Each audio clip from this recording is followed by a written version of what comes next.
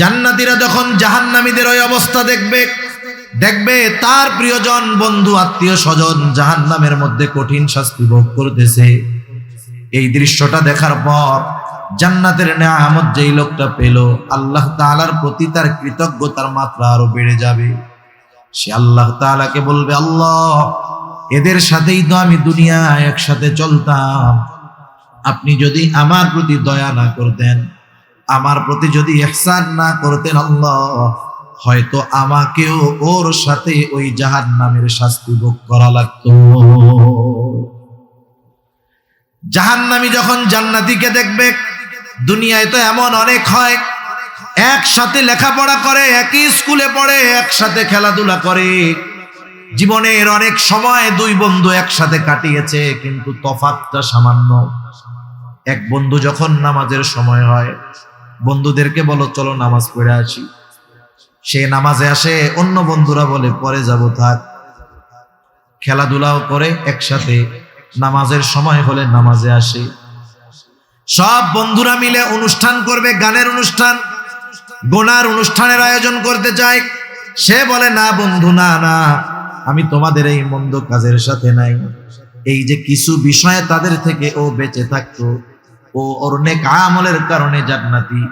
এরকম দুনিয়ায় অনেকটাই ঘটে।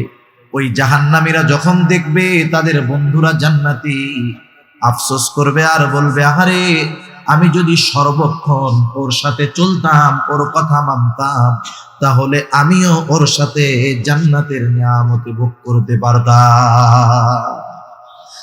আফসোস, আফসোস মানুষের কষ্ট বাড়িয়ে দেয়।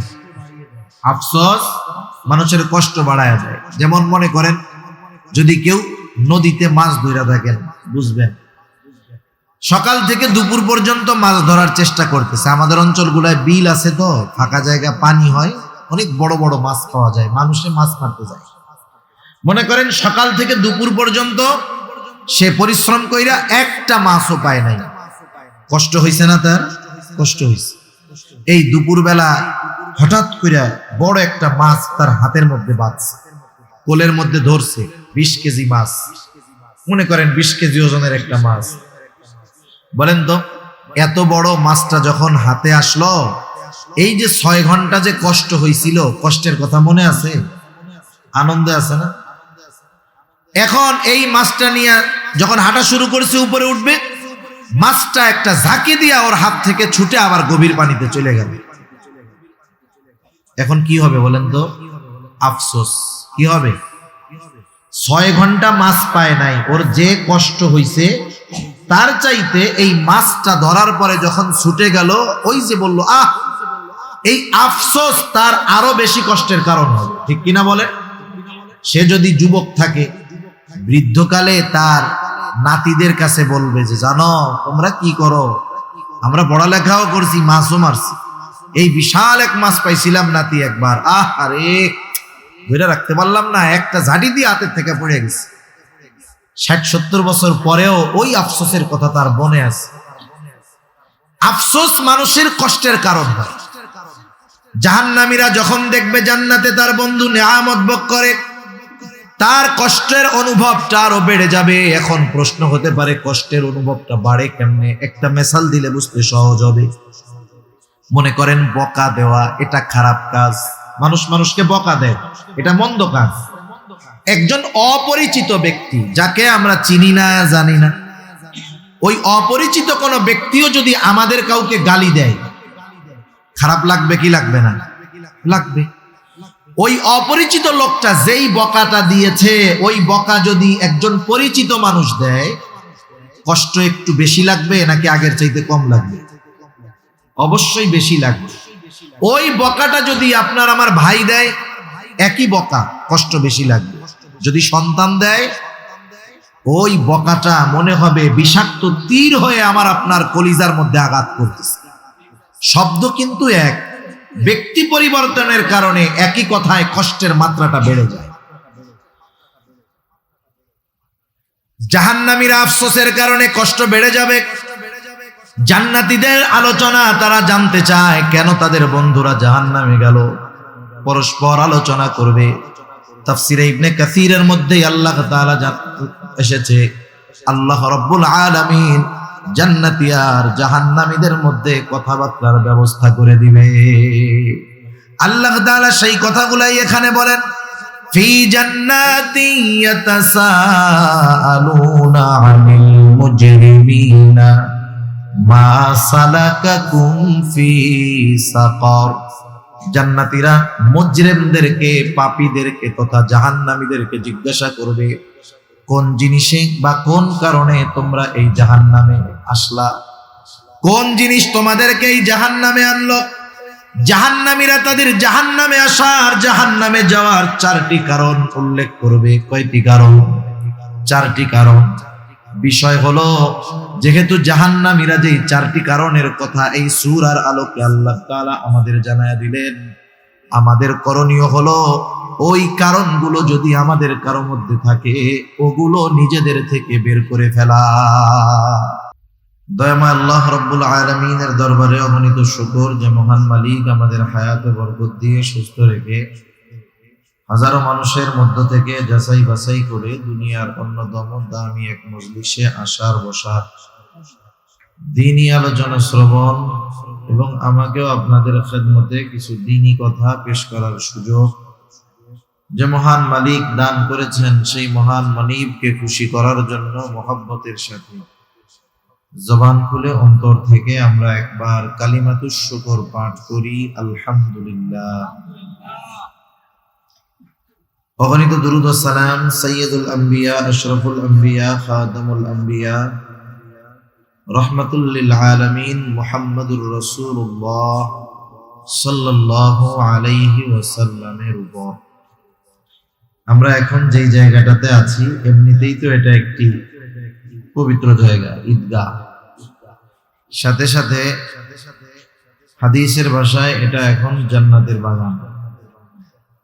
রাসূলুল্লাহ সাল্লাল্লাহু আলাইহি ওয়াসাল্লাম বলেন, তোমরা যখন জান্নাতের বাগানের পাশ দিয়ে অতিক্রম করবে সেখান থেকে তোমরা ফল আহরণ করবে।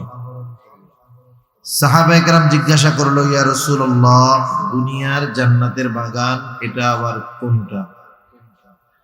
আল্লাহ রাসূল সাল্লাল্লাহু আলাইহি ওয়াসাল্লাম বললেন, দুনিয়ার জান্নাতের বাগান হলো জিকিরের মজলিস।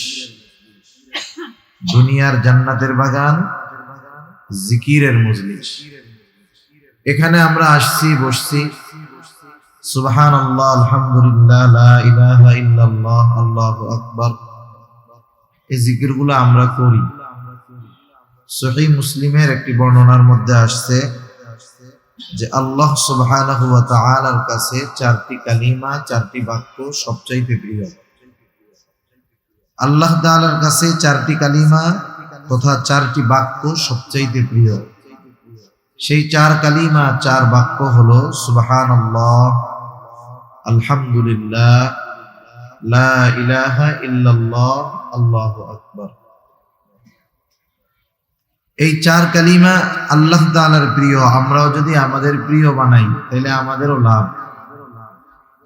কারণ যেই জবান জিকির দ্বারা সিক্ত সেই জবান অনেক গুনার থেকে বাঁচতে পারে।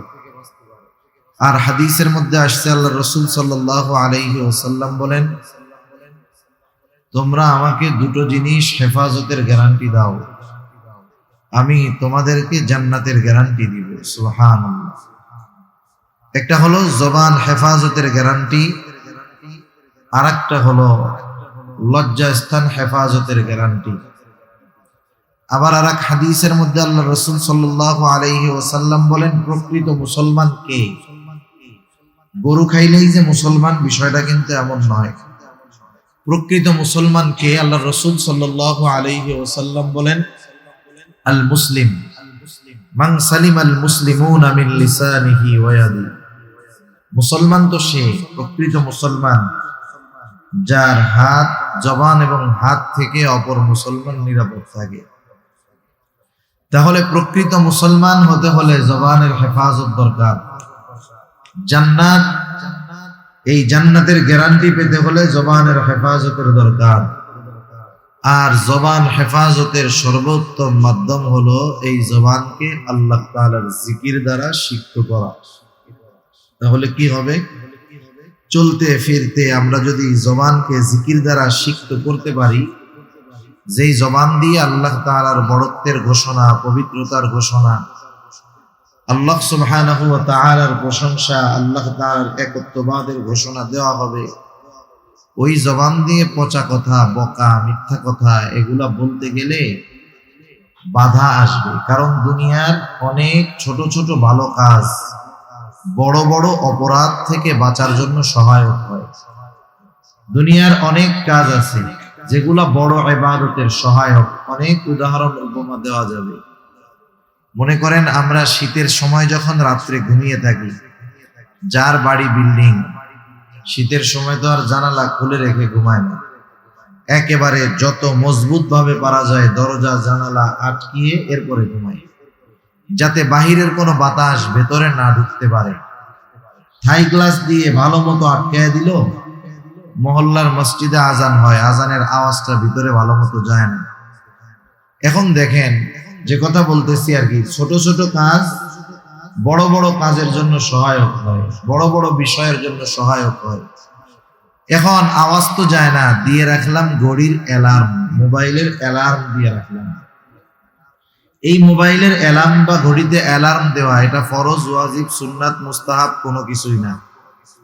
অথচ এই মোবাইল বা ঘড়ির অ্যালার্ম আমাকে একটা ফরজ ইবাদত পালন করার জন্য সাহায্য করবে, ঠিক না? এজন্য দুনিয়ার অনেক ছোট ছোট বিষয় আছে যেগুলার কারণে বড় বড় অনেক বিষয়ের থেকে বাঁচা যায়, বড় বড় বিষয় করা যায়। আল্লাহ সুবহানাহু ওয়া তাআলা আমাদের সবাইকে জিকির দ্বারা জবানকে সিক্ত করার তৌফিক দান করুন। সকলে বলি আমিন। সম্মানিত উপস্থিতি, আমরা এখানে যারা আছি, সারা পৃথিবীতে যত মানুষ আছে, এ কথা মোটামুটি বলা যায় আজ থেকে 100 বছর পরে দুনিয়াতে এখন যারা আছে আর কেউ হয়তো দুনিয়ায় থাকবে না, মারা যেতে হবে। দুনিয়ার অনেক সত্য আছে যেগুলা অনেক মানুষ বিশ্বাস করে না। যেমন আমার আপনার স্রষ্টা কে বলেন তো? আল্লাহ। আসমান জমিনের স্রষ্টা আল্লাহ। এটা যে সত্য, কোনো সন্দেহ আছে? কোনো সন্দেহ নেই। অথচ এই সত্যটাকেই দুনিয়ার অনেক মানুষ বিশ্বাস করে না। যারা নাস্তিক এরা বলে আসমান জমিন এটা এমনি এমনি হয়েছে, আমরাও প্রাকৃতিক ভাবে সৃষ্টি হয়েছি, মারা যাব, প্রকৃতির সাথে মিশে যাব, শেষ। কিন্তু পৃথিবীতে এমন একটা সত্য আছে যেই সত্য কেউ অস্বীকার করে না, সেটার নাম হলো মওত, মৃত্যু, মরণ। এটা এমন এক সত্য, পৃথিবীর সব ধর্মের, সব বর্ণের, সব মতের, মতাদর্শের সব মানুষ মৃত্যুকে বিশ্বাস করে। দুনিয়াতে একজনও খুঁজে পাওয়া যাবে না যে মৃত্যুকে অবিশ্বাস করে। পাওয়া যাবে? খুঁজে যাবে না। সেই মৃত্যুটা সুনিশ্চিত আমাদের প্রত্যেকেরই হবে। জন্মিলে মরিতে হবে। একটা মানুষ জন্ম নেওয়া মানে তাকে মৃত্যুর খবর সে পেয়ে গেল। এখন এই মরণ আমাদের হবে, কখন হবে? যদিও আল্লাহ তাআলা একটি নির্দিষ্ট সময় নির্ধারণ করে রাখছেন, কিন্তু আমাদের কারো ওই সুনিশ্চিত নির্দিষ্ট সময় সম্পর্কে জানা নাই। আমি আপনি যখন মায়ের গর্ভে ছিলাম, এক টুকরো মৃত মাংসের টুকরার মতো যখন হইলাম, মায়ের রেহেমের ভিতরে পিতার শুক্রকীট 120 দিন পর আমি আপনি একটা মৃত মাংসের টুকরা হয়েছে। আল্লাহ তাআলা ফেরেশতা পাঠিয়ে দিয়েছেন। মায়ের পেটের ভিতরে আল্লাহ তাআলার আদেশে ফেরেশতা রূহ ফুঁকে দিল। আমি আপনি মায়ের পেটের ভিতরে প্রাণ পেয়ে গেলাম। এমনটা আবার হয় না যে একটা মানুষের সব কিছু তৈরি হয়, হাত, পা, চোখ, কান, নাক সব কিছু হওয়ার পরে যে রূহ দেওয়া হয়, এমন নয়। বরং হাত, পা, চোখ, কান, অঙ্গ প্রত্যঙ্গ এগুলো হওয়ার আগেই আল্লাহ তাআলা মায়ের পেটের ভিতরে ওই মৃত মাংসের টুকরার মধ্যে প্রাণ দিয়ে দেন। চিকিৎসা বিজ্ঞান বলতেছে আগে মানুষের হার্ট তৈরি হয়, হৃৎপিণ্ড আগে তৈরি হয়, এরপরে আস্তে আস্তে শরীরের অনেক অঙ্গ প্রত্যঙ্গগুলো তৈরি হয়। এজন্য আমরা অনেক সময় দেখি যে একটা ছেলে বা মেয়ে দুনিয়ায় ভূমিষ্ঠ হয়েছে, তার শরীর পরিপূর্ণতা এখনো লাভ করে নাই, এখনো পরিপূর্ণতা অর্জন করে নাই, বিকলাঙ্গ, হয়তো চোখ ফুটে না, অনেকের দেখা যায় এখনো অনেক কিছু অপূর্ণাঙ্গ রয়ে গেছে। এইরকম সন্তান দুনিয়ায় ভূমিষ্ঠ হয় কি হয় না? হয়। তা যাই হোক, ফেরেশতা ওই দিন যখন আল্লাহ তাআলার আদেশে আমার আপনার মধ্যে রূহ ফুঁকে দিয়েছে, ওই দিন ওই রূহটা আমার আপনার সাথে কতদিন অবস্থান করবে আল্লাহ সুবহানাহু ওয়া তাআলার আদেশে ওটাও নির্দিষ্ট হয়ে যায়। সুবহানাল্লাহ। এই যে বোতলটা আছে, পানির বোতলের মধ্যে লেখা থাকে মূল্য, উৎপাদনের তারিখ, মেয়াদ। উৎপাদনের তারিখ, মেয়াদ দেখে আমরা বুঝতে পারি যে এইটার মেয়াদ শেষ হওয়ার পরে এই 15 টাকা বোতলের পানি কেউ 5 টাকা দিয়েও কিনবে না, যখন দেখবে যে মেয়াদ শেষ। আমার আপনারও একটা নির্দিষ্ট মেয়াদ আছে।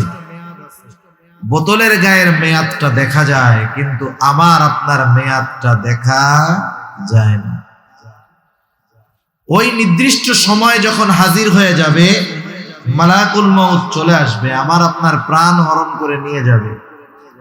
এক মুহূর্ত আগেও আমার মরণ আসবে না, নির্দিষ্ট সময়ের এক মুহূর্ত বিলম্বও হবে না।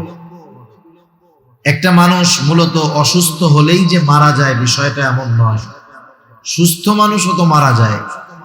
মারা যাওয়ার মূল কারণ হলো তার হায়াত ফুরিয়ে যাওয়া। কয়েকদিন আগে একটা ছেলের ব্যাপারে দেখলাম, 17 বছর কোমায় আছে, লাইফ সাপোর্টে আছে, 17 বছর এখনো বেঁচে আছে, মারা যায় নাই। তাহলে অসুস্থতার কারণে মূলত মানুষ মারা যায় না, মারা যাওয়ার মূল কারণ হলো হায়াত শেষ। মানুষ মারা যাওয়ার পর আমাদের অঞ্চলগুলোতে মানুষ মারা যাওয়ার পরে প্রচার করে, অ্যানাউন্স করে মাইকের মধ্যে, অমুক এলাকার অমুক অমুকের ছেলে অমুক আজ বিকাল 5 ঘটিকায় ইন্তেকাল করছে। বলে না ইন্তেকাল করেছে। ইন্তেকাল শব্দটি তো আরবি শব্দ, অর্থ হলো স্থানান্তরিত হওয়া। সে একটা জায়গায় ছিল আর একটা জায়গায় গিয়েছে, তার মানে সে দুনিয়ার জগতে ছিল, নতুন আর এক জগতে গিয়েছে, যেটার নাম হলো আলমে বরজখ। নতুন এক জগতের বাসিন্দা সে হয়েছে, আলমে বরজখের বাসিন্দা। সেই আলমে বরজখ তার জন্য শান্তির জায়গাও হতে পারে, কষ্টের জায়গাও হতে পারে। আলমে বরজখ শান্তির জায়গা হবে তখন দুনিয়াতে যখন সে নেক আমল করবে, ঈমানওয়ালা হবে। হাদিসের মধ্যে আসছে কারো কবর হবে জান্নাতের বাগান, রাউদাতুম মিন রিয়াদিল জান্নাহ। দুনিয়াতে যে বদআমল করছে, পাপ করছে, গুনার কাজ করছে, তার কবর হবে জাহান্নামের একটা গর্ত। আমাদের প্রত্যেককেই আলমে বরজখে অবস্থান করা লাগবে, যদিও ওই জগৎটা আমাদের চোখের আড়ালে দেখতে পাই না। দেখতে না পাওয়ার কারণে অবিশ্বাস করার কিন্তু কোনো সুযোগ নাই। সেই আলমে বরজখে আমাদের অবস্থান করতে হবে দীর্ঘকাল, তবে অনন্তকাল নয়। আলমে বরজখে দীর্ঘকাল অবস্থান, একটা সময় শেষ তো হবে। আল্লাহ তাআলা কোরআনুল কারীমের মধ্যে বলেন, وَنُفِخَ فِي الصُّورِ فَصَعِقَ مَنْ فِي السَّمَاوَاتِ وَمَنْ فِي الْأَرْضِ إِلَّا مَنْ شَاءَ اللَّهُ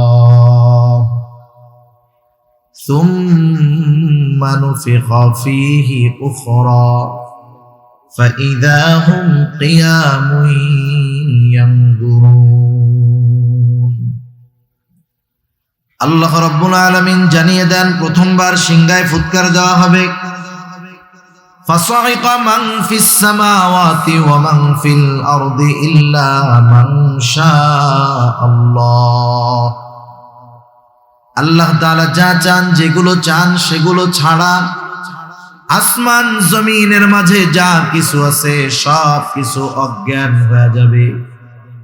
মুফাসসিরিনে কেরাম বলেন, সিংহায় ফুৎকার দেওয়ার পর প্রথমে অজ্ঞান হবে, এরপরে মৃত্যু ঘটবে। এই মানুষগুলা যারা প্রাণী ছিল সব শেষ, আল্লাহ তাআলার আদেশে ইসরাফিল আলাইহিস সালাম পুনরায় দ্বিতীয়বার আরেকটা বার সিংহায় ফুৎকার দিবে। তবে এই দুই সিংহায় ফুৎকারের মধ্যে ব্যবধানের সময় কতটুকু? হযরত আবু হুরায়রা রাদিয়াল্লাহু তাআলা আনহু থেকে বর্ণিত, তিনি বলেন, দুই সিংহায় ফুৎকারের মাঝে ব্যবধান হলো 40 পর। প্রথমবার সিংহায় ফুৎকার দেওয়ার 40 পর দ্বিতীয়বার সিংহায় ফুৎকার দেওয়া হবে। জিজ্ঞাসা করা হলো 40 দিন, তিনি বলেন না। 40 সপ্তাহ না, 40 মাস না, 40 বছর না, তাহলে কত 40? মূলত প্রথমবার সিংহায় ফুৎকারের কত বছর পর, কত সময় পর দ্বিতীয়বার সিংহায় ফুৎকার দেওয়া হবে, এই হিসাব মূলত জানেন আল্লাহ রাব্বুল আলামিন। এই হিসাব জানা আছে আল্লাহ তাআলার কাছে নির্দিষ্ট সময়। দ্বিতীয়বার যখন সিংহায় ফুৎকার দেওয়া হবে, আল্লাহ তাআলা বলেন, সুম্মা নুফিখা ফীহি উখরা ফাইদা হুম কিয়ামুন ইয়ানজুরুন। দ্বিতীয়বার সিংহায় ফুৎকার দেওয়ার পর যাকে যেখানে কবরস্থ করা হয়েছে, দাফন করা হয়েছে, প্রত্যেকের অবস্থান থেকে দাঁড়ায় যাবে, ডানে বামে তাকাতে থাকবে। আল্লাহ তাআলা আরো এক জায়গায় বলেন, ওয়া নুফিখা ফিস-সূরি ফাইদা হুম মিনাল আজদাসি ইলা রাব্বিহিম ইয়ানসিলুন। প্রত্যেকের অবস্থান থেকে দাঁড়ায়া যাবে, শুধু তাই না, ইলা রাব্বিহিম ইয়ানসিলুন, তারা তাদের রবের দিকে ছুটতে থাকবে। ওই দিনটাই হলো সেই দিন। একদল মানুষেরা বলবে, ক্বালু ইয়া ওয়াইলানা মান বাআসানা মিন মারকাদিনা, হায় দুর্ভোগ, আমাদেরকে আমাদের অবস্থান স্থল থেকে কারা জাগ্রত করলো, কে জাগ্রত করলো? আল্লাহ তাআলা জানায় দেন, সেই দিন মুমিনরা অথবা ফেরেশতারা বলবে, হাদা মা ওয়াদার রহমান ওয়া সাদাকাল মুরসালুন। এটাই তো দয়াময়ের সেই প্রতিশ্রুত দিবস, যেই দিবসের ওয়াদা প্রতিশ্রুতি আল্লাহ তাআলা দিয়েছেন। ওয়া সাদাকাল মুরসালুন, এই দিবসের সত্যায়ন রাসূলগণ করেছেন। এটা হলো সেই দিবস, কিয়ামতের দিবস। এই দিবস ইয়াউমুল হাসর, সকলকে একত্রিতকরণ দিবস। ইয়াউমুল জাযা, মানুষের পূর্ণ প্রতিদান দেওয়ার দিবস। আল্লাহ রাব্বুল আলামিন বলেন, ওয়া ইন্নামা তুওয়াফাউনা উজুরাকুম ইয়াউমাল কিয়ামাহ ফামান যুহজিহা আনিন নার ওয়া উদখিলাল জান্নাতা ফাকাদ ফাজ। আল্লাহ রাব্বুল আলামিন বলেন, কিয়ামতের দিন প্রত্যেককে তার কর্মের পূর্ণ প্রতিদান দেওয়া হবে। যাকে আগুন থেকে বাঁচানো হবে, জান্নাতে প্রবেশ করানো হবে। আল্লাহ রাব্বুল আলামিন বলেন, ফাকাদ ফাজ, সে হয়ে যাবে সফল। তাহলে যেহেতু আল্লাহ রাব্বুল আলামিন ওই দিন আমাদের কর্মের পূর্ণ প্রতিদান দিবেন, তাহলে এটা নিশ্চিত যে আল্লাহ তাআলা আমাদের প্রত্যেকের কর্ম সংরক্ষণের ব্যবস্থা করে রাখছে। আমাদের প্রত্যেকের কর্ম আল্লাহ তাআলা সংরক্ষণের ব্যবস্থা করেছেন। যে কোনো বিষয়ের জন্য এক নম্বরে সাক্ষীর দরকার হয়। যখন কোথাও কারো নামে মামলা দেওয়া হয়, তখন সাক্ষীর দরকার হয় কি হয় না? একে একে যখন একজন আর একজনের কাছে বিচার প্রার্থী হয়, তখন বলে না যে দেখেন এই ঘটছে, এই যে এরা দুইজন আমার সাক্ষী। অথবা বিচারক বলে, তুমি যে এই ঘটনাটা বললা, এই ঘটনার সাক্ষী আছে। তার মানে সাক্ষী বিচার আচারের জন্য গুরুত্বপূর্ণ একটি বিষয়। আমার আপনার কর্মের সবচাইতে বড় সাক্ষী হলেন আল্লাহ। আল্লাহ তাআলা সাক্ষী হিসাবে যথেষ্ট, আল্লাহর সাক্ষী যথেষ্ট। কাফা বিল্লাহি শাহিদা, আল্লাহ তাআলাই তো সাক্ষী হিসাবে যথেষ্ট। কিন্তু এরপরেও আল্লাহ রাব্বুল আলামিন আমাদের কর্মের ব্যাপারে আরো সাক্ষী রেখে দিয়েছেন। আল্লাহ সুবহানাহু ওয়া তাআলা কুরআনুল কারীমের মধ্যে জানায় দেন, কিরামান কাতিবিনা ইয়ালামুনা মা তাফআলুন। আল্লাহ রাব্বুল আলামিন বলেন, কিরামান কাতিবিন, সম্মানিত লেখকদ্বয় জানে তোমরা কি আমল করো।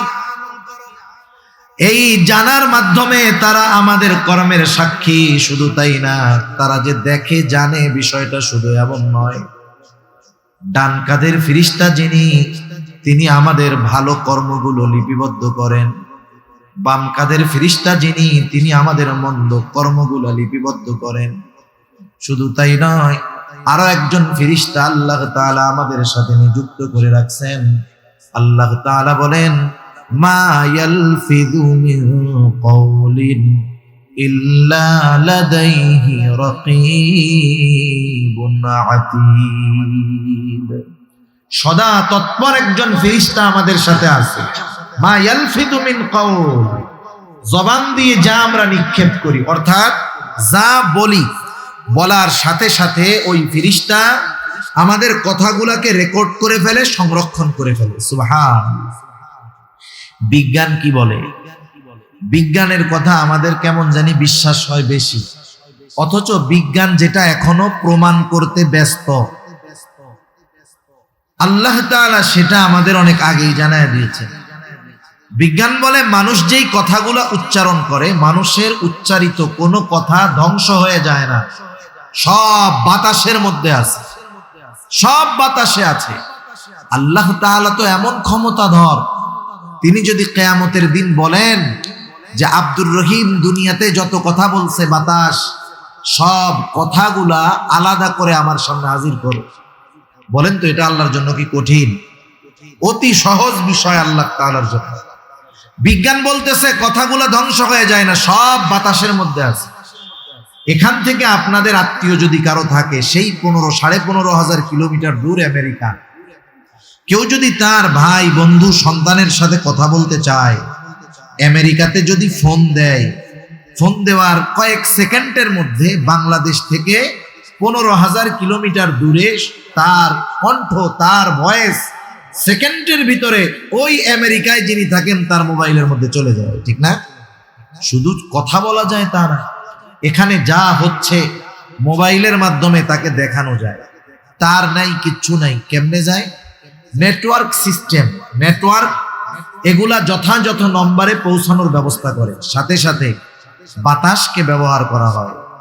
এই বাতাস আর নেটওয়ার্ক, এই প্রযুক্তির সংমিশ্রণ, সেকেন্ডের ভিতরে আমার আপনার এই বাংলাদেশে বলা কথাটা, শব্দটা হুবহু টোনে, হুবহু উচ্চারণে সেকেন্ডের ভিতরে আমেরিকায় চলে যাচ্ছে। সুবহান। তার লাগে না, কিছু লাগে না। যে আল্লাহ তাআলা মানুষকে এমন প্রযুক্তি দিলেন, সে আল্লাহ তাআলার জন্য কথা সংরক্ষণ করা কঠিন নয়, বরং অতীব অতীব সহজ, ঠিক কিনা? তাহলে আমাদের কথাগুলা রেকর্ড হইতেছে। শুধু তাই না, আমি আপনি যেই অঙ্গ প্রত্যঙ্গের দ্বারা কর্ম সম্পাদন করি, কাজগুলা করি, এগুলাও কিয়ামতের ময়দানে আমার পক্ষে বা বিপক্ষে সাক্ষী হয়ে যাবে। আল্লাহ তাআলা কুরআনুল কারীমের মধ্যে বলেন, আল ইয়াউমা নাখতিমু আলা আফওয়াহিহিম ওয়া তুকাল্লিমুনা আইদিহিম ওয়া তাশহাদু আরজুলুহুম বিমা কানু ইয়াকসিবুন। আল্লাহ রাব্বুল আলামিন বলেন, আজকের এই দিন অর্থাৎ কিয়ামতের দিন, নাখতিমু আলা আফওয়াহিহিম, আমি তাদের মুখের উপরে মোহর মেরে দিব। ওয়া তুকাল্লিমুনা আইদিহিম, আমার সাথে কথা বলবে তাদের হাত। ওয়া তাশহাদু আরজুলুহুম, সাক্ষী দিবে তাদের পা। বিমা কানু ইয়াকসিবুন, এই হাত পা দ্বারা তারা কি উপার্জন করেছে। শুধু যে আমার আপনার হাত পা আল্লাহ তাআলার সাথে কথা বলবে এমনটা নয়, বরং আল্লাহ তাআলা আর এক জায়গায় বলেন, শাহিদা আলাইহিম সামউহুম ওয়া আবসারুহুম ওয়া জুলুদুহুম বিমা কানু ইয়ামালুন। আল্লাহ তাআলা বলেন সাক্ষী দিবে তাদের চোখ, সাক্ষী দিবে তাদের কান, সাক্ষী দিবে তাদের কান, সাক্ষী দিবে তাদের চোখ, সাক্ষী দিবে তাদের চামড়া। এই চোখ, কান, জবান, চামড়া দিয়ে তারা কি আমল করেছে। 60-70 বছর হায়াতের মানুষ 60-70 বছর ধরে গুনাহ করছে, পাপ করছে।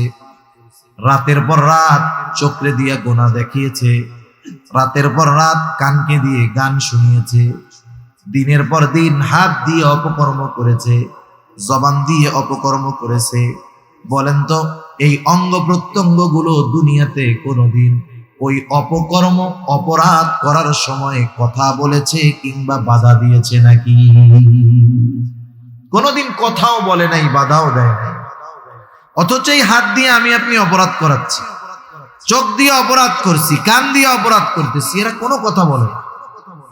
কিয়ামতের দিন যখন কথা বলতে দেখবে, যার বিরুদ্ধে কথা বলবে সে তো অবাক হয়ে যাবে। এবার জিজ্ঞাসা করবে ক্বালু লিজুলুদিহিম লিমা শাহিদতুম আলাইনা, কি চামড়া তোমরা কেন আমাদের বিরুদ্ধে সাক্ষী দাও? তার মানে দুনিয়ায় তো কথা বলতে পারতো না, এখন কেমন করে সাক্ষী দাও, কথা কেমন করে বলতেছ? এইবার ওই অঙ্গ প্রত্যঙ্গ গুলাও জবাব দিবে ক্বালু আনতাকানাল্লাহ, আজকে আমাদেরকে কথা বলার ক্ষমতা দিয়েছেন কে? আল্লাহ আজকে আমাদের কথা বলার ক্ষমতা দিয়েছেন। ওই সময় ক্ষমতা দেন নাই বিধায় দুনিয়ায় কথা বলবে, কিন্তু আল্লাহ তাআলা আজকে আমাদেরকে কথা বলার ক্ষমতা দিয়েছেন। এজন্য তুমি আমাদের দ্বারা দুনিয়াতে কি অপরাধ সংগঠিত করেছ সব আল্লাহ তাআলার কাছে আমরা বলে দিচ্ছি।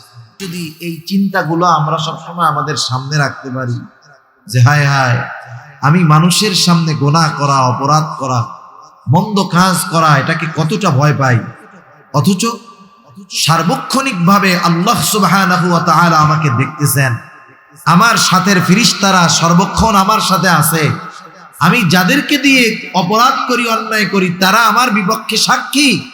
এই চিন্তাগুলা আমরা যতক্ষণ আমাদের মাঝে যথাযথভাবে প্রবেশ করাতে না পারবো, দুনিয়ার আইন, দুনিয়ার কঠোরতা, ওয়াজ নসিহত সহজে আমাদেরকে পাপ থেকে দূরে ঠেলতে পারবে না, পাপ থেকে বাঁচাতে পারবে না। এই চিন্তাগুলা যদি আমাদের মধ্যে না আসে, স্বাভাবিক আপনাদের এলাকার কাউকে যদি বলা হয় যে আপনাকে কিন্তু হাটহাজারী থানা থেকে নজরদারিতে রাখা হয়েছে, খবর আসলো যে আপনি প্রশাসনের নজরদারিতে আছেন, বলেন তো ও 24 ঘন্টা টেনশনে থাকবে না? ঘরের মধ্যে থাকলেও চিন্তায় থাকবে, মসজিদে থাকলেও চিন্তায় থাকবে, বাজারে থাকলেও চিন্তায় থাকবে। আমরা কি 24 ঘন্টা আল্লাহর নজরদারিতে নাই? দুনিয়ার প্রশাসন তাকে কতটুকু সময় নজরদারি করবে? ঘরের মধ্যে গেছে ল্যাপের তলে দেখবে না, কিন্তু আমি আপনি যত আধারে যাই, যত একাকিত্ব অবলম্বন করি না কেন, আল্লাহ তাআলার নজরের বাইরে কখনো যাওয়ার কোনো উপায় আমাদের নাই। এই চিন্তাগুলা মানুষকে গুনার থেকে বাঁচাইতে পারে। তা যাই হোক, দুনিয়ায় যেই কর্মগুলো আমরা করছি, কিয়ামতের দিন আমাদের কর্মের সাক্ষীও আছে, কর্মের প্রতিদানও আল্লাহ তাআলা দিবেন। এগুলো কিয়ামতের দিন আমলনামা বানানো হচ্ছে, ফাইল আকারে প্রস্তুত হচ্ছে, এগুলা কিয়ামতের দিন আল্লাহ তাআলা ছাইড়া দিবেন। প্রত্যেকের দুনিয়ার আমলনামা, যে দুনিয়ায় যে আমল করেছে, যা যা আমল করেছে, যা বলেছে, যা করেছে, সব লিপিবদ্ধ আছে। প্রত্যেকের আমলনামা প্রত্যেকের কাছে পৌঁছায়া যাবে। আমলনামা ডান হাতে কেউ পাবে, আমলনামা বাম হাতে কেউ পাবে। ডান হাতে আমলনামা যারা পাবে তারা সফল জান্নাতি, বাম হাতে যারা আমলনামা পাবে তারা ব্যর্থ, তারা জাহান্নামী। ডান হাতে যারা আমলনামা পাবে, বিষয়টা কিন্তু এমন নয় যে আমলনামা সামনে আছে, মন চাইলে ডান হাত দিয়া নিলাম, মন চাইলে বাম হাত দিয়া নিলাম, এমন নয়। বরং তার কৃতকর্মই তার আমলনামা ডান হাতে অথবা বাম হাতে পৌঁছায়া দিবে। সে নিতে বাধ্য হবে। যে ডান হাতে আমলনামা পেয়ে যাবে সে খুশি, সে ডান হাতে আমলনামা পাওয়ার পর কতটা খুশি হবে। আল্লাহ তাআলা কোরআনুল কারীমের মধ্যে বলেন, ফাআম্মা মান উতিয়া কিতাবাহু বিয়ামিনি ফায়াকুলু হাউম ইকরাউ কিতাবিয়া ইন্নী যানানতু আন্নী মুলাকিন হিসাবিয়া। আল্লাহ রাব্বুল আলামিন জানায় দেন, ডান হাতে যে আমলনামা পাবে কতটা খুশি সে হবে। আমরা ছোটবেলায় যখন স্কুলে পড়েছি, আমাদের সময় শুধু কোন বিষয়ে কত মার্ক এটা জানায়া দেওয়া হতো না, আমাদের সময় পরীক্ষার উত্তরপত্রটাও আমাদেরকে দিয়ে দেওয়া হতো। বলা হতো খাতাটা দেখো কি লিখছো, আগামীকাল তোমাদের অভিভাবকদের কাছ থেকে খাতায় সাইন কইরা এরপরে আবার জমা দিবা। যেই ছেলেটা খাতা পাওয়ার পর দেখতো 90-95 পেয়ে গেছে 100-র মধ্যে, সে নিঃসন্দেহে খুশি হইতো, ঠিক কিনা বলেন? বন্ধুদেরকে তার খাতাটা দেখাইতো যে দেখো আমি অঙ্কে 95 পেয়েছি, ইংরেজিতে 90 পেয়েছি। খুশিতে সে বন্ধুদেরকে বলতো দেখো আমার খাতা পড়া দেখো কত সুন্দর লিখছি। ডান হাতে যে আমলনামা কিয়ামতের ময়দানে পাবে, আল্লাহ তাআলা বলেন সেও বলবে এই তো আমার কিতাব, পড়ো তোমরা। ফায়াকুলু হাউম ইকরাউ কিতাবিয়া। এখন ডান হাতে আমলনামা সে পাইলো কেন, এর কারণটাও কেমন জানি সে বলে দিবে। প্রশ্ন করে না বন্ধু তুমি 90 কেমনে পাইলা? আমরা তো 60, 70, 50 পাইতে কষ্ট হয়েছে। সে তখন কি বলে, শোনো আমি ঠিক মতো লেখাপড়া করছি, তোমরা রাত 10টায় ঘুমিয়ে গিয়েছো, আমি 12টা পর্যন্ত এগুলা পড়ছি। আর আমার দৃঢ় প্রত্যয় ছিল যে লেখাপড়া যদি আমি করি তাইলে আমি 90-এর উপরে মার্ক পাবো, এই জন্যই তো 90 পেয়েছি। ডান হাতে আমলনামা যিনি পাইলেন তিনি বলবেন ইন্নী যানানতু আন্নী মুলাকিন হিসাবিয়া। আমি এই ব্যাপারে দৃঢ় ধারণা রাখতাম, দৃঢ় বিশ্বাস রাখতাম যে আমাকে হিসাবের মুখোমুখি হতে হবে, হিসাবের মোলাকাত হতে হবে, তথা আমার দুনিয়ার কর্মের হিসাবের মুখোমুখি জবাবদিহিতার কাঠগড়ায় আমাকে দাঁড়াতে হবে।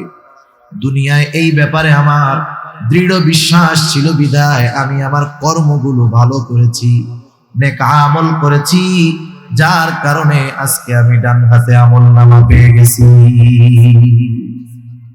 আর একদল বাম হাতে আমলনামা পাবে। বাম হাতে যারা পাবে এদের আমলনামা বুক চিরে বাম হাতটাকে পেছন দিকে নেওয়া হবে, বাম হাতের মধ্যে আমলনামা দেওয়া হবে। বাম হাতে আমলনামা প্রাপ্ত মানুষগুলার বক্তব্য কি হবে আল্লাহ তাআলা বলেন, ওয়া আম্মা মান উতিয়া কিতাবাহু বিশিমালি ফায়াকুলু ইয়া লাইতানি লাম উতা কিতাবিয়া ওয়ালাম আদরি মা হিসাবিয়া।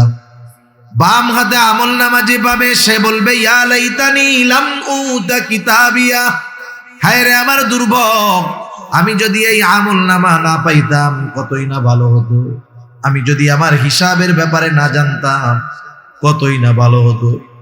আফসোস করবে, কিন্তু করার কোনো কিছু নাই, কারণ বাম হাতে আমলনামা পেয়ে গেল, ঠিকানা হবে তার জাহান্নাম। তাহলে ডান হাতে যারা আমলনামা প্রাপ্ত হবে জান্নাতি, বাম হাতে আমলনামা পেল জাহান্নামী। জান্নাতীরা জান্নাতে যাবার পরে দুনিয়ার মধ্যে যাদের সাথে তার পরিচয় ছিল, জানাশোনা ছিল, জান্নাতে গিয়ে সবাইকে খুঁজতে থাকবে। কিয়ামতের ময়দানে প্রত্যেকেই চিন্তিত, পেরেশান, ভীত। কেমন ভীত? কিয়ামতের ময়দানে প্রত্যেকটা মানুষ নিজের চিন্তায় বিভোর থাকবে। ভাই ভাইয়ের থেকে পলায়ন করবে, পিতা মাতার থেকে পলায়ন করবে, স্বামী স্ত্রী সন্তানদের থেকে পলায়ন করবে।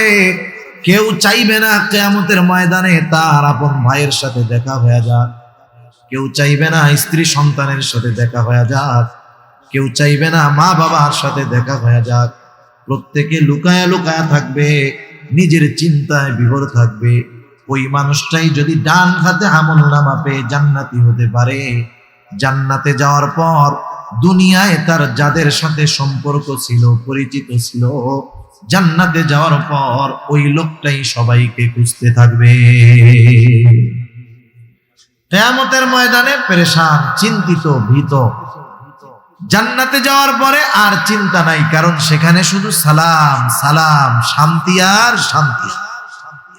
এবার সে সব পরিচিত জনকে খুঁজবে, কোথায় আমার ভাই, কোথায় আমার মা, কোথায় আমার বাবা, কোথায় সন্তান, কোথায় আমার সেই বন্ধু বান্ধব, সবাইকে সে খুঁজবে।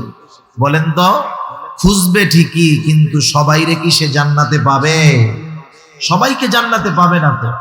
কারণ দুনিয়ার অনেক কাছের মানুষ, কাছের বন্ধু হয়তো বাম হাতে আমলনামা পেয়েছে বদআমলের কারণে, সে জাহান্নামে চলে গেছে। এজন্য আল্লাহ তাআলা জানায়া দিয়েছেন প্রত্যেকটা মানুষ তার কর্মের নিকটে দায়বদ্ধ। এখানে বোঝানো উদ্দেশ্য হলো বদআমল যারা করছে, বাম হাতে যারা আমলনামা পেয়েছে, এই আমলনামা পাওয়াটা বাম হাতে তার কর্মফল, সুতরাং তার ঠিকানা জাহান্নাম। আর ডান হাতে যে আমলনামা পেল সে তো সফল হয়ে গেল।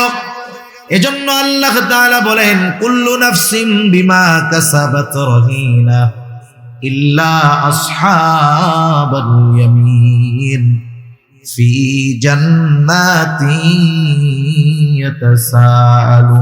ইয়াতাসাআলুন। জান্নাতে যাওয়ার পরে জান্নাতীরা তো খুঁজবে, সবাইকে পাবে না। তাফসীরে ইবনে কাসীরের মধ্যে আসছে আল্লাহ তাআলা জান্নাতি আর জাহান্নামীদের মধ্যে দেখা ও কথাবার্তার ব্যবস্থা করে দিবেন। সুবহানাল্লাহ। জান্নাতীরা জাহান্নামীদের অবস্থা দেখবে, জাহান্নামীরা জান্নাতীদের অবস্থা দেখবে। জান্নাতীরা দেখবে যে জাহান্নামের মধ্যে তাদের অনেক পরিচিত জন, বন্ধু বান্ধব শাস্তি ভোগ করতেছে। মানুষ যখন কষ্ট দেখতে পারে তখন সে যে অবস্থায় থাকে ওইটা তার কাছে শান্তির লাগে। মনে করেন আমাদের কাছে অনেক ঠান্ডা লাগতেছে, এখন শীত লাগতেছে না? আপনি যদি চট্টগ্রাম শহরে যান দেখবেন রাস্তার ফাঁকে ফাঁকে আইল্যান্ডের মাঝে কিছু মানুষ শুয়ে আছে। আমাদের তো কান ঢাকার রুমাল আছে, গায়ে দেওয়ার সোয়েটার আছে, ওর ওইটাও নাই। ওই দৃশ্য দেখার পরে যতই শীত থাক আমার আপনার শীত আর থাকবে না। কেন? ওই কষ্ট দেখে আমি যেই অবস্থায় আছি এই নিয়ামতের কদর আমি তখন বুঝতে পারবো। তখন আল্লাহ তাআলার দরবারে নেককার বান্দা হলে এমনিই বলবে আলহামদুলিল্লাহ। হায় হায়, চিন্তা করি যে আমার কত কষ্ট, অথচ আমার চাইতে কত কষ্টে মানুষ আছে, আল্লাহ আমারে খুব ভালো রাখছে।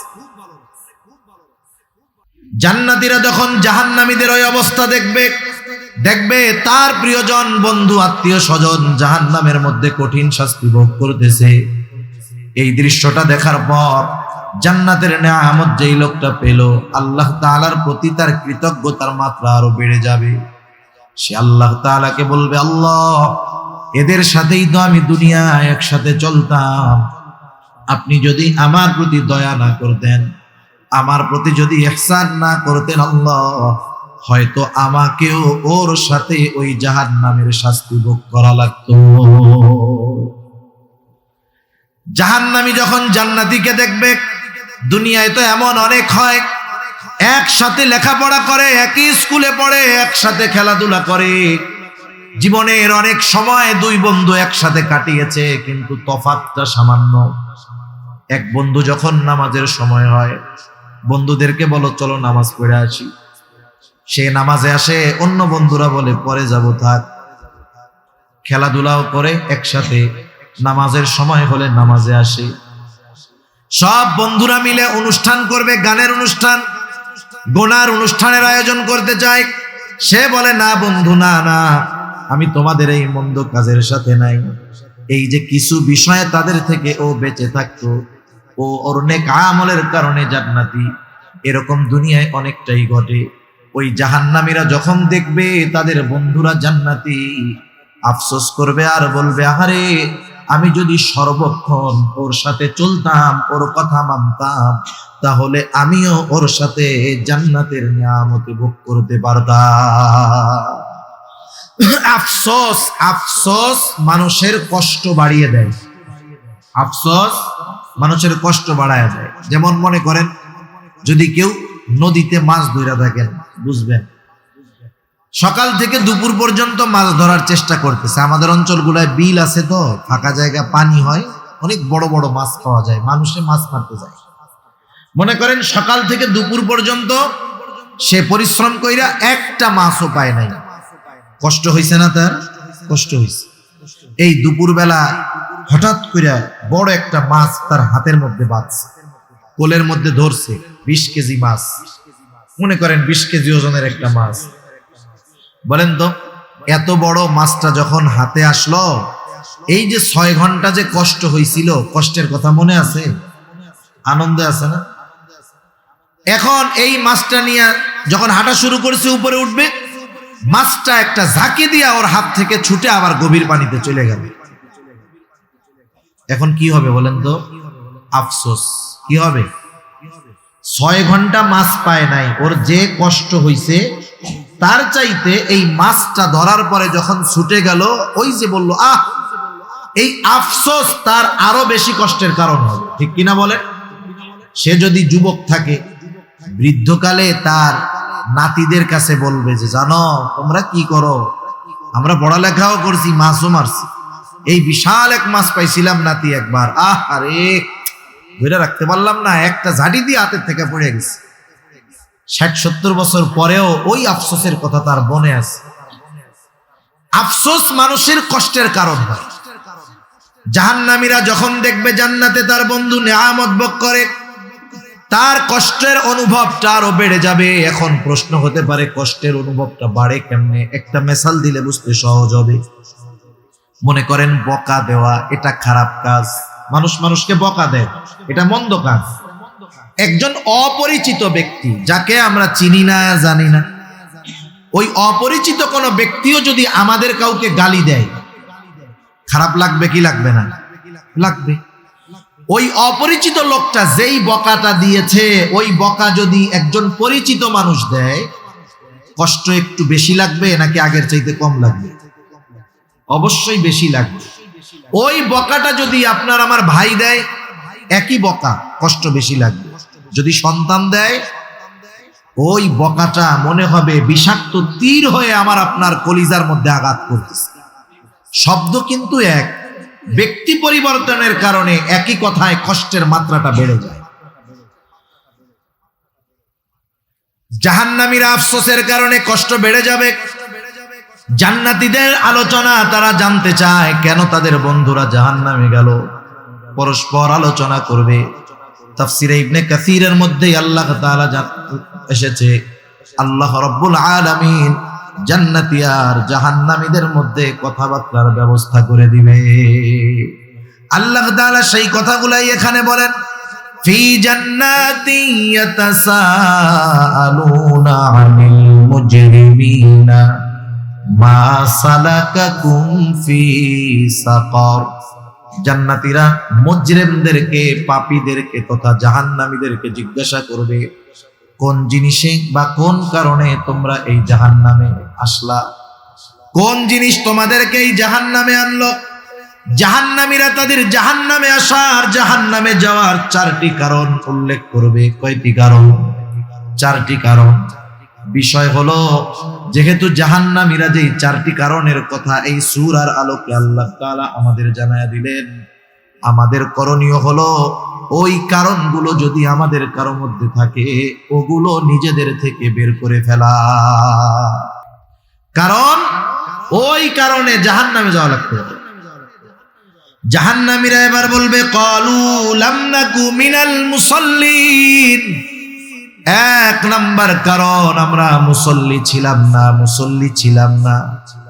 মুসল্লি কাকে বলে? সপ্তাহে একদিন মসজিদে গেলে সে মুসল্লি নাকি? আরে প্রকৃত মুসল্লি যে, সে তো আল্লাহ তাআলার আরশের ছায়ায় স্থান পাবে। রাসূল আকরাম সাল্লাল্লাহু আলাইহি ওয়াসাল্লাম জানিয়ে দেন, কিয়ামতের দিন সূর্যটা একেবারে নিকটে হয়ে যাবে, কোথাও কোনো ছায়া থাকবে না আরশের ছায়া ছাড়া। নবীজি বলেন, সেই দিন ওই আরশের ছায়ায় 7 শ্রেণীর মানুষ স্থান পাবে। এর মধ্যে 1 শ্রেণীর মানুষ হলো রাজুলুন কলবুহু মুআল্লাকুন বিল মসজিদ। ওই ব্যক্তি যার অন্তর সর্বদা মসজিদের সাথে থাকতো। একটু বলেন তো, যার অন্তর সর্বদা মসজিদের সাথে, ওই লোকটা নামাজের সময় হলে নামাজ ছাড়তে পারে? দুনিয়ার শত ব্যস্ততা থাক, সে সব ব্যস্ততাকে উপেক্ষা করে আগে নামাজে হাজির হবে, ঠিক কিনা বলে? আমাদের মানুষদের অনেক ভুল ধারণা আছে। আপনারা তো আলেমদের সংস্পর্শে থাকেন, অনেক কিছু বুঝেন, জানেন। দুনিয়ার মানুষেরা মনে করে যে আল্লাহ তাআলার আদেশ নিষেধগুলা মান্য করলে শুধু মনে হয় পরকালীন লাভ, জান্নাত পাওয়া যাবে, জাহান্নাম থেকে বাঁচা যাবে। আসলে বিষয়টা এমন নয়। কোন ব্যক্তি যদি আল্লাহ তাআলার আদেশ নিষেধ, শরীয়তের বিধিবিধান দুনিয়াতে পরিপূর্ণভাবে মানতে পারে, তাহলে দুনিয়ারও লাভ আছে, আখিরাতেরও লাভ আছে। যেমন আমাদের সমাজের অধিকাংশ মানুষ কিন্তু মুসল্লি নয়, বেনামাজি। যেই মসজিদটা 5 তালা, জুমার দিন মসজিদ ভরে রাস্তায়ও জায়গা থাকে না ঢাকা শহরে, ওই মসজিদটাতেই ওই দিন আসরের নামাজে নিচের তালা 2 কাতারও ভরে। এরকম অবস্থাই আমাদের ঢাকাতে এই অবস্থা। এরপরেও যত মানুষ নামাজ পড়ে জুমার দিন, সমীকরণ হলো, হিসাব হলো, বাংলাদেশের যত মুসলমান আছে সমগ্র মুসলমানের 50% মানুষ হয়তো জুমার নামাজে হাজিরা হয়, আর বাকি 50% মানুষ 5 ওয়াক্ত নামাজ বহুদূর, জুমার নামাজও পড়েন। তাহলে চিন্তা করে দেখেন অবস্থাটা কি। আর 5 ওয়াক্ত নামাজের সংখ্যা তাইলে কত পাওয়া যাবে? যে মুসলমান আছে শতকরা সারা বাংলাদেশ যদি জরিপ করা হয়, সর্বোচ্চ 5-6%, সর্বোচ্চ 10% 5 ওয়াক্ত নামাজি পাওয়া যেতে পারে। তাও এটা কঠিন ব্যাপার, মাত্র 10%। তাহলে বাকি 90% মানুষ নামাজ পড়ে না। মানুষ নামাজ না পড়ার যেই কারণগুলো আমাদের সামনে আসে, এর মধ্যে অন্যতম একটি কারণ হলো রিজিক উপার্জন করা। দোকানদার নামাজ পড়ে না, খোঁজ নিয়ে দেখেন কেন? দোকানদার দোকানদারি করে রিজিক উপার্জনের জন্য। সে এই ব্যস্ততায় নামাজ পড়ে না, সিএনজিওয়ালা নামাজ পড়ে না, রিক্সাওয়ালা নামাজ পড়ে না, দিন মজুর কুলি নামাজ পড়ে না। তাহলে বিষয়টা হলো দুনিয়ার বড় একটা অংশ নামাজ না পড়ার কারণ রিজিক উপার্জন করা, ঠিক না? এটাই তো নাকি? হ্যাঁ। তাহলে একটু বলেন তো, রিজিকের মালিক কে? বড় বড় মার্কেটগুলায় দেখবেন মসজিদ আছে, নামাজ পড়ে 50-60 জন, অথচ দোকানই আছে 1000। প্রত্যেকটা দোকানে 2-3 জন করে কর্মচারী আছে। 3-4 হাজার কর্মচারী একটা মার্কেটে, নামাজ পড়ে 50-60 জন। শতকরা হিসাব দেন, 1%, 2% হবে। তাহলে রিজিক উপার্জন করতে গিয়ে অধিকাংশ মানুষ নামাজ পড়ে না, অথচ ওই রিজিকের মালিক আল্লাহ। রিজিকের মালিক যিনি, তিনি যেই পদ্ধতি বলে দেন রিজিক পাওয়ার জন্য, সেই পদ্ধতি বাদ দিয়ে যদি দুনিয়ার মানুষ অন্য পন্থায় পরিশ্রমের মাধ্যমে, বুদ্ধির মাধ্যমে, মেধার মাধ্যমে রিজিক উপার্জন করতে চায়, রিজিকের মালিকের পদ্ধতি বাদ দিয়ে বলেন তো রিজিক উপার্জন করা সম্ভব? রিজিক উপার্জনের চেষ্টা করে যাবে, কিন্তু উপার্জন করতে পারবে না। রিজিকের মালিকের ফর্মুলা কি? আল্লাহ রাব্বুল আলামিন বলেন, ওয়া'মুর আহলাকা বিস-সালাতি ওয়াসতাবির আলাইহা লা নাসআলুকা রিজকা। আল্লাহ তাআলা বলেন, তোমার অধীনস্থদেরকে নামাজের আদেশ দাও, তুমিও এর উপরে অটল থাকো। অর্থাৎ নিজেও মুসল্লি হও, ঘরের মানুষগুলাকেও মুসল্লি বানাও। কারণ নিজে মুসল্লি হলে হবে না, নিজে জাহান্নাম থেকে বাঁচলে হবে না, অধীনস্থদেরকেও বাঁচাতে হবে। আল্লাহ তাআলা বলেন, ইয়া আইয়ুহাল্লাযীনা আমানু কু আনফুসাকুম ওয়া আহলিকুম নারা। আল্লাহ তাআলা বলেন, হে ঈমানদারেরা, নিজে জাহান্নামের আগুন থেকে বাঁচো, তোমার অধীনস্থদেরকেও জাহান্নামের আগুন থেকে বাঁচাও। ঈমানদারদের উপরে আদেশ। যেহেতু ঈমান তার আছে, তাইলে কি দিয়া জাহান্নাম থেকে বাঁচবে? তার মানে ঈমান যেহেতু আছে, আল্লাহ তাআলা কেমন যেন বলতেছেন, বান্দা তুমি নেক আমল নিজে করো, এর মাধ্যমে জাহান্নাম থেকে নিজেকে বাঁচাও। অধীনস্থদেরকে দিয়ে নেক আমল করানোর মাধ্যমে জাহান্নাম থেকে বাঁচাও। ঈমানের পরে সর্বোত্তম নেক আমল হলো নামাজ, তাই না? নামাজ, তার মানে মুসল্লি হওয়ার। এজন্য আল্লাহ তাআলা একার আদেশ করেন নাই, বলছেন ওয়া'মুর আহলাকা বিস-সালাতি ওয়াসতাবির আলাইহা। তার মানে তুমি নিজেও মুসল্লি হও, তোমার অধীনস্থদেরকেও মুসল্লি বানাও, নামাজের আদেশ করো অধীনস্থদের, তুমিও তার উপরে অটল থাকো। লাভ কি হবে বান্দা? আল্লাহ তাআলা বলেন লা নাসআলুকা রিজকা, বান্দা আমি আল্লাহ তো তোমাদের কাছে রিজিক চাই না, বরং তুমি যদি নামাজি হও, তোমার ঘরের মানুষগুলা যদি নামাজি হয়, তোমরা যদি সকলে মুসল্লি হয়ে যাও, লাভটা কি? আল্লাহ তাআলা বলেন নাহনু নারযুকুকা, আমি আল্লাহ নামাজি হওয়ার কারণে তোমাদের রিজিক দিয়ে দিব।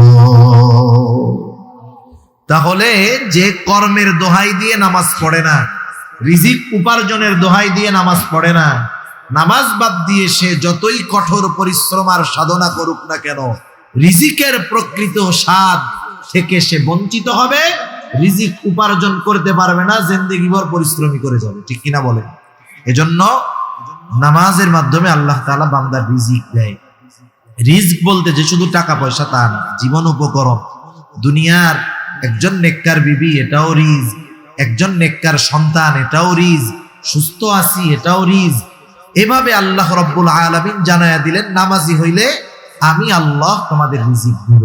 তাহলে বলেন, আমরা যদি মুসল্লি হই তাইলে আমাদেরই তো লাভ, ঠিক না? বড় লাভ, জাহান্নাম থেকে বাঁচবো, দুনিয়ার জীবন উপকরণের ব্যবস্থা আল্লাহ তাআলা করে দিবেন। 2 নাম্বার, জাহান্নামীরা তাদের জাহান্নামে যাওয়ার কারণ হিসাবে বলল ওয়ালাম নাকুনু তাইমুল মিসকিন, আমরা মিসকিনদেরকে খানা দিতাম না, খানা খাওয়াইতাম না। সাধারণভাবে মানুষকে খানা খাওয়ানো ফজিলতের কাজ। রাসূলুল্লাহ সাল্লাল্লাহু আলাইহি ওয়াসাল্লাম বলেন, এক ব্যক্তি এসে নবীজির কাছে প্রশ্ন করেছে, আইয়ুল ইসলামি খায়র, ইসলামের মধ্যে উত্তম কাজ কোনটা? নবীজি সাল্লাল্লাহু আলাইহি ওয়াসাল্লাম ছিলেন উম্মতের রূহানী ডাক্তার। এই জন্য একই প্রশ্ন যখন নবীজির কাছে একাধিকবার করা হতো, রোগীর অবস্থা বুঝে নবীজি জবাব দিতেন। এই লোকের প্রশ্নের জবাবে নবীজি সাল্লাল্লাহু আলাইহি ওয়াসাল্লাম বললেন, তুতঈমুত তাআম ওয়া তাকরাউস সালাম আলা মান আরাফতা ওয়া মান লাম তারিফ, তুমি মানুষকে খানা খাওয়াও, পরিচিত অপরিচিত সবাইকে বেশি বেশি সালাম দাও। খানা খাওয়ানোর কথা বলে নবীজি বলেন নাই যে মিসকিন অসহায়দেরকে খাওয়াও, সাধারণভাবে বলছেন যে খানা খাওয়াও। তার মানে আমি যদি কাউকে খানা খাওয়াই, সে ধনী হোক গরিব হোক, সচ্ছল হোক অসচ্ছল হোক, পরিচিত হোক অপরিচিত হোক, দেশি হোক বিদেশি হোক, নেককার হোক বদকার হোক, আমি যদি আল্লাহর সন্তুষ্টির জন্য খানা খাওয়াই, এই খানা খাওয়ানোটা উত্তম কাজ। ঠিক কিনা বলেন? তবে যতই ভালো খাওয়াই না কেন, প্রতিদানের আশা যদি থাকে, প্রতিদানের আশা যদি থাকে, তাহলে কিন্তু এই খানা খাওয়ানোর মধ্যে কোনো ফজিলত নাই। আর জামানা তো এমন, মানুষ আর একজনের দাওয়াত দেয় কিছু পাওয়ার আশা করেই, ঠিক না? কিছু পাওয়ার আশা করেই দাওয়াত দেয়। এ ধরনের দাওয়াতের মধ্যে কোনো ফায়দা নেই। সাহাবায়ে কেরাম মানুষকে খানা খাওয়াইতেন কার জন্য? আল্লাহর সন্তুষ্টির জন্য। আমরা তো অনেক সময় মানুষের কাছে উপকার করে তার কাছে আবার উপকার আশা করি। অনেক সময় এটাও বলি, দেখ ওর এত উপকার করলাম, আমার তো কোনো উপকার করলোই না, এই যে উপকারটা করলাম আমার ধন্যবাদও দিল, বলে না এরকম, একটু থ্যাংক ইউও দিল না। সাহাবায়ে কেরামের অভ্যাস কি ছিল? আল্লাহ তাআলা কোরআনুল কারীমের মধ্যে জানায় দেন। আল্লাহ তাআলা বলেন, ইন্নামা নুতঈমুকুম লিওয়াজহিল্লাহি লা নুরিদু মিনকুম জাযাআও ওয়ালা শুকুরা। তারা খানা খাওয়া কি বলতো? ইন্নামা নুতঈমুকুম লিওয়াজহিল্লাহ, আমরা তোমাদেরকে আল্লাহর জন্য খানা খাওয়াইছি, যেহেতু খাবারটা আল্লাহর জন্য খাওয়াইছি, লা নুরিদু মিনকুম জাযাআ, আমরা তোমাদের কাছে কোনো প্রতিদান চাই না। প্রতিদান তো বহুদূর, ওয়ালা শুকুরা, আমরা তোমাদের কাছে কৃতজ্ঞতাও আশা করি না, ধন্যবাদও চাই না। কারণ খাওয়াইছি আল্লাহ তাআলার জন্য, প্রতিদান আশা করি আল্লাহ তাআলার কাছে। সেজন্য আমরা মানুষকে খানা খাওয়াবো, সেটা বিবাহের অনুষ্ঠান হোক, অন্য অনুষ্ঠান হোক। কার জন্য? আল্লাহর জন্য। আপনাদের এলাকায় সিস্টেম আছে কিনা জানি না, বিবাহ খাওয়া খেয়ে টাকা দেওয়া নেওয়ার অভ্যাস আছে? এগুলো আছে এদিকে? একটু বলেন না। আছে? এটা খুব বদ অভ্যাস, এটা খুব বদ অভ্যাস। আপনারা দাওয়াত দিয়ে খাওয়াবেন, এটা ভালো বিষয়, খাওয়ান, লিখে দিবেন নো গিফট গ্রান্টেড। আর এখনের মানুষও চালাক আছে অনেক। এক পরিবারে একটা বিবাহের কার্ড দেয়, আগে এক কার্ডে পরিবারের 6 জন লোক গিয়া দাওয়াতে শামিল হতো। এখন চালাক হয়ে গেছে, কি করে জানেন? অনেক জায়গায় কার্ডে লিখে দেয় যে অনলি ফর 1 পারসন, মানে কমিউনিটি সেন্টারে এক কার্ড দিয়ে একজন ঢুকতে পারবে। কথা বুঝতে পারছেন? আগে এক কার্ড দিয়ে ফ্যামিলির সবাই যাইতো, বুঝেন নাই? এক কার্ড দিয়ে এখন একজনের বেশি ঢুকতে পারে না। অনেক জায়গায় এই পদ্ধতি করে। বোঝা যায় যে তারা মানুষকে যে দাওয়াত দিয়েছে, এই দাওয়াতের মধ্যে আন্তরিকতা নাই, বরং চতুরতা আছে এখানে, ঠিক কিনা? সেজন্য আমরা খানা খাওয়াবো আল্লাহ তাআলার জন্য, প্রতিদান কারো কাছে আশা করব না।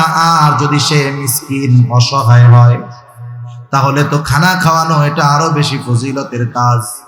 কারণ মিসকিনদের খানা খাওয়ানো এটা মুমিনের কাজ, আর মিসকিনদেরকে খানা না খাওয়ানো এটা কাফেরদের কাজ। রব্বুল আলামিন সূরাতুল মাউনের মধ্যে কাফেরদের 3টি বদঅভ্যাসের কথা আল্লাহ তাআলা বর্ণনা করেন। এর মধ্যে একটা হলো ওয়ালা ইয়াহুদ্দু আলা তুআমিল মিসকিন, যে তারা মিসকিনদেরকে খানা দেয় না। তার মানে মিসকিনদের খানা না দেওয়া এটা কাফেরদের স্বভাব, মিসকিনদের খাবার দেওয়া এটা মুমিনের কর্ম। মিসকিনদের খানা যারা না দেয়, আল্লাহ তাআলা তাদের রিজিক সংকীর্ণ করে দেয়। মিসকিনদের খানা দিলে আল্লাহ তাআলা রিজিক প্রশস্ত করে দেয়। শুধু তাই না, মিসকিন যদি আমার প্রতিবেশী হয়, তাহলে ওই মিসকিনকে খানা খাওয়ানো এটা শুধু ভালো কর্ম বা নেক আমল হিসাবেই সাব্যস্ত হয় তা নয়, বরং আমার প্রতিবেশী যদি অভাবে থাকে, মিসকিন হয়, তাকে খানা খাওয়ানো হয়ে যায় ঈমান সম্পৃক্ত বিষয়। কেন? হাদিসের মধ্যে আসছে রাসূল আকরাম সাল্লাল্লাহু আলাইহি ওয়াসাল্লাম বলেন, ওই ব্যক্তি মুমিন নয় যে পেট পুরে আহার করে কিন্তু তার প্রতিবেশী অভুক্ত থাকে।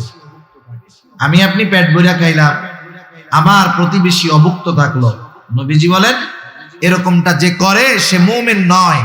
তাহলে এখানে প্রতিবেশী যদি মিসকিন হয়, অভুক্ত থাকে, আমার যদি সামর্থ্য থাকে, তাকে খানা খাওয়ানো শুধু ভালো কাজ যে তা নয়, বরং এটা ঈমানের সাথে সম্পৃক্ত একটা বিষয়। এজন্য আমরা খেয়াল রাখবো, আমাদের প্রতিবেশী যদি অসচ্ছল থাকে, গরিব থাকে, অভাবী থাকে, তাদেরকে সহযোগিতা করব। সাথে সাথে এই যে শীতের সময় যদি কারো বস্ত্রের সংকট থাকে, কষ্টে থাকে, আমি কিছু পয়সা খরচ করে তাকে একটা কম্বল কিনে দিলাম, তার গায়ে দেওয়ার জন্য, শীত নিবারণের জন্য একটা পোশাক কিনে দিলাম, এটা বড় ফজিলতের কাজ। আল্লাহ তাআলা আমাদের এই ভালো কাজগুলো করার তৌফিক দান করুন, সবাই বলি আমিন।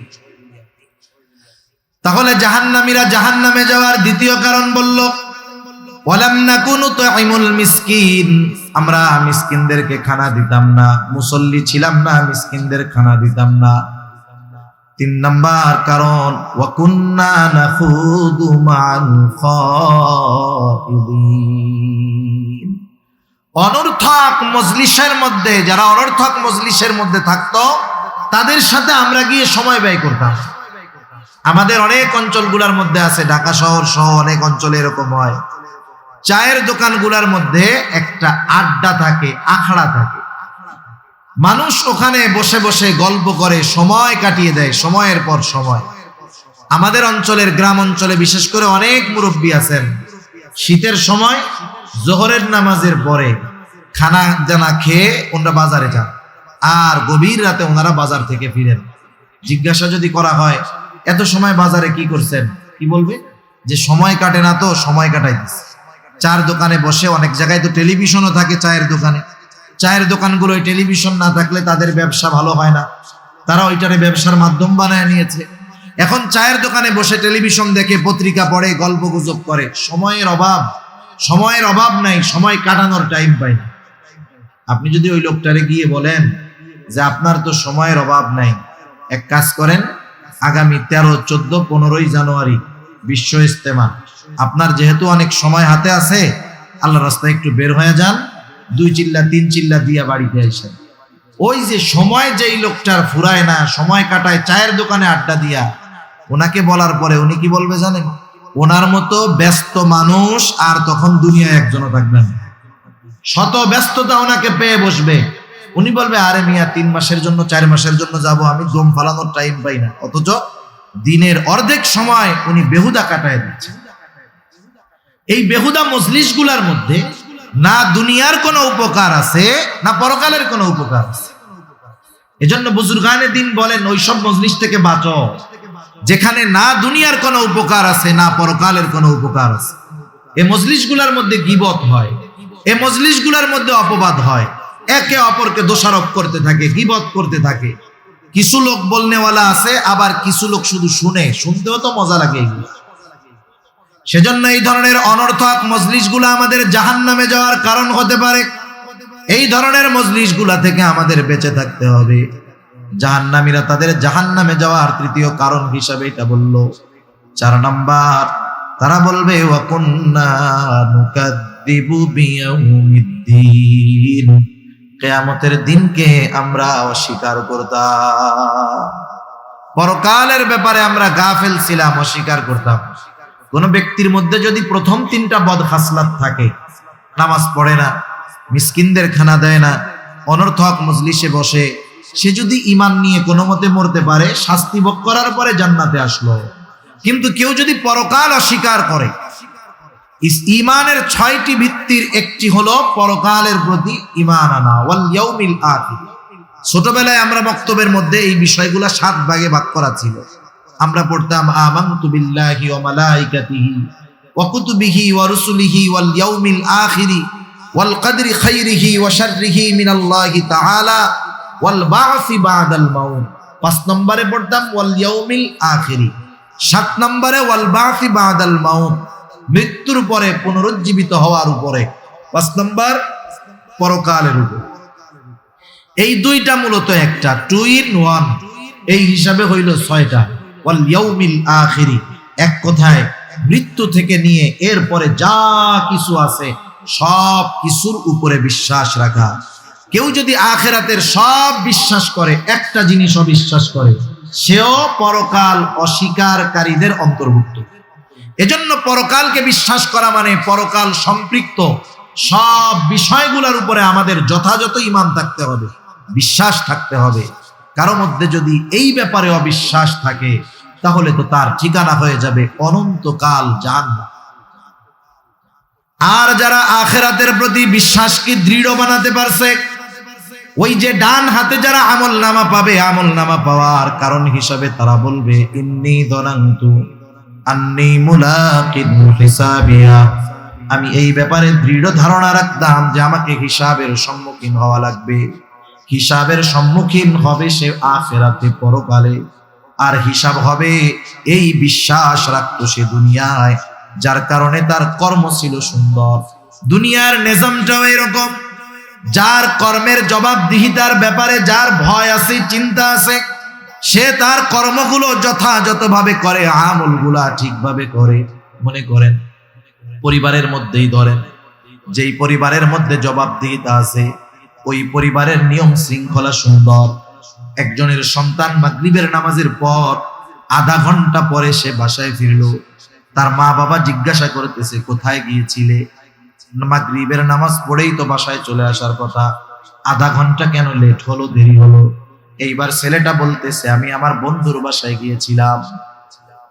মা বাবা যদি সচেতন হয় তখন কি বলবে? খবরদার, সন্ধ্যার পরে কোথাও আর থাকা যাবে না, মাগরিবের নামাজ শেষ করে সোজাসুজি বাসায়। আগামীতে যেন আর এমনটা না হয়। এই যে সে যে কাজটা করলো, এই কাজের ব্যাপারে তার জবাবদিহিতা করতে হলো। বলেন তো, ভবিষ্যতে এই ধরনের কাজ করার ব্যাপারে সে অবশ্যই চিন্তা ভাবনার মধ্যে থাকবে, চিন্তা করবে এ ধরনের কাজ বাজ দরকার নাই। কেন? কারণ সে জানে আমি যেটা করি সেই কর্মের হিসাব, কর্মের জবাবদিহিতা আমার ঘরে দেওয়া লাগে। কিন্তু যেই ছেলে মাগরিবের 1 ঘন্টা পরে বাসায় ফিরলো, মা বাবা জিজ্ঞাসা করলো কোথায় গেছে, বন্ধুর বাসায়। কিচ্ছু বললো না মা বাবা। পরের দিন 2 ঘন্টা পরে যাবে, পরের দিন রাত 12টার সময় যাবে, কোথায় গেছো, বন্ধুর বাসায় গেছি। পরের দিন সকাল বেলায় যাবে, কোথায় গেছো, বন্ধুর বাসায় গেছি। এই যে কাজগুলো সে করতেছে, কাজের জবাবদিহিতা না থাকার কারণে তার অবাধ্যতা বাড়তেছে। আগে থাকতো 1 ঘন্টা, এখন থাকে 10 ঘন্টা। কেন? জবাবদিহিতা নাই বিধায় যা মন চায় সে তাই করে।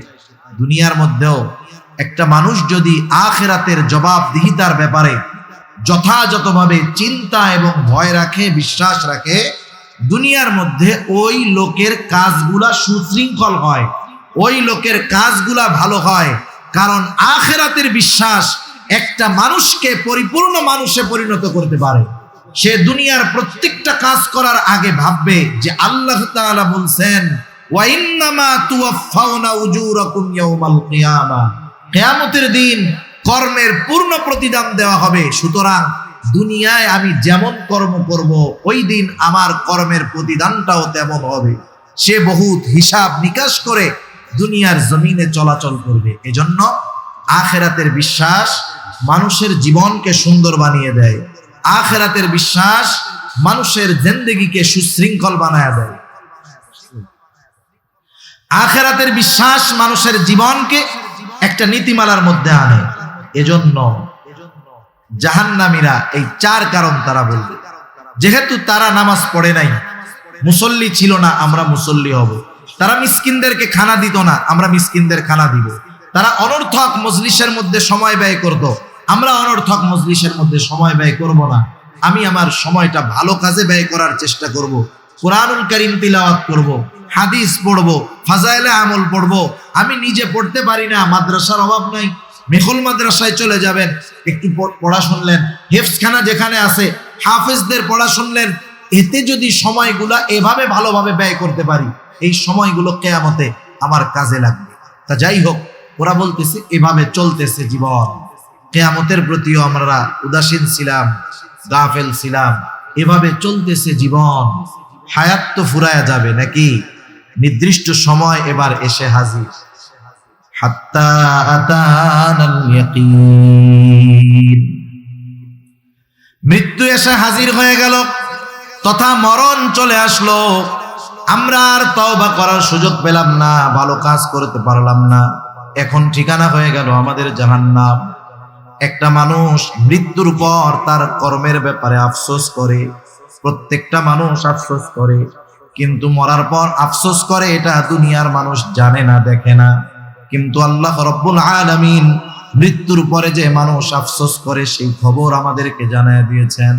আল্লাহ রাব্বুল আলামিন বলেন, وَأَنفِقُوا مِمَّا رَزَقْنَاكُم مِّن قَبْلِ أَن يَأْتِيَ أَحَدَكُمُ الْمَوْتُ فَيَقُولَ رَبِّي لَوْلَا أَخَّرْتَنِي إِلَى أَجَلٍ قَرِيبٍ فَأَصَّدَّقَ وَأَكُن مِّنَ الصَّالِحِينَ। আল্লাহ রাব্বুল আলামিন বলেন, আমি তোমাদেরকে যেই রিজিক দিয়েছি, মৃত্যু আসার পূর্বে সেগুলার থেকে তোমরা ব্যয় করো, খরচ করো। মৃত্যু আসার পূর্বে, এরপরে মানুষ যদি মারা যায়, খরচ যদি না করে, ভালো কাজ যদি না করে, ওই মৃত ব্যক্তি আল্লাহ তাআলার কাছে আফসোস করে, কিন্তু সেই আফসোসের খবর আমাদের কাছে নাই। আল্লাহ তাআলা জানায়া দিয়েছেন, এই জন্য আমরা জানতে পারলাম। সে তখন বলে, ফায়াকুলা রব্বি লাউলা আখারতানি ইলা আজালিন করিব ফাআসাদদাকা ওয়া আকুম মিনাস সালিহিন। বলে, আমার রব, আমাকে যদি আরেকটু অবকাশ দিতেন, আরেকটু সুযোগ দিতেন, আমাকে যদি আবার একটু কিছু সময়ের জন্য দুনিয়ায় যাওয়ার মতো সুযোগ করে দিতেন, ফাআসাদদাকা ওয়া আকুম মিনাস সালিহিন, তাহলে আমি ওই যে আমারে সম্পদ দিয়েছিলেন সেখান থেকে ব্যয় করতাম, সাদাকা করতাম, বেশি বেশি নেক আমল করতাম, ভালো কাজ করতাম, সৎ কর্মশীলদের অন্তর্ভুক্ত আমি হয়ে যেতাম। বলেন তো, ওই সময় আফসোস করা যাবে ঠিক, কিন্তু পুনরায় দুনিয়ায় আবার ফিরে আসা যাবে নাকি? যাবে না।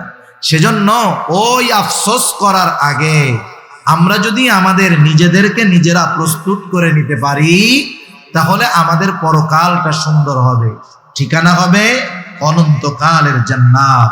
সেজন্য আল্লাহ সুবহানাহু ওয়া তাআলার কাছে আমরা এই তৌফিক কামনা করি যে আল্লাহ সুবহানাহু ওয়া তাআলা আমাদের সবাইকে জাহান্নামীরা যেই কারণগুলার কারণে জাহান্নামী, ওই কারণগুলা থেকে আল্লাহ তাআলা আমাদের বেঁচে থাকার তৌফিক দান করুন। সকলে বলি আমিন, আরো জবান খুলে বলি আমিন।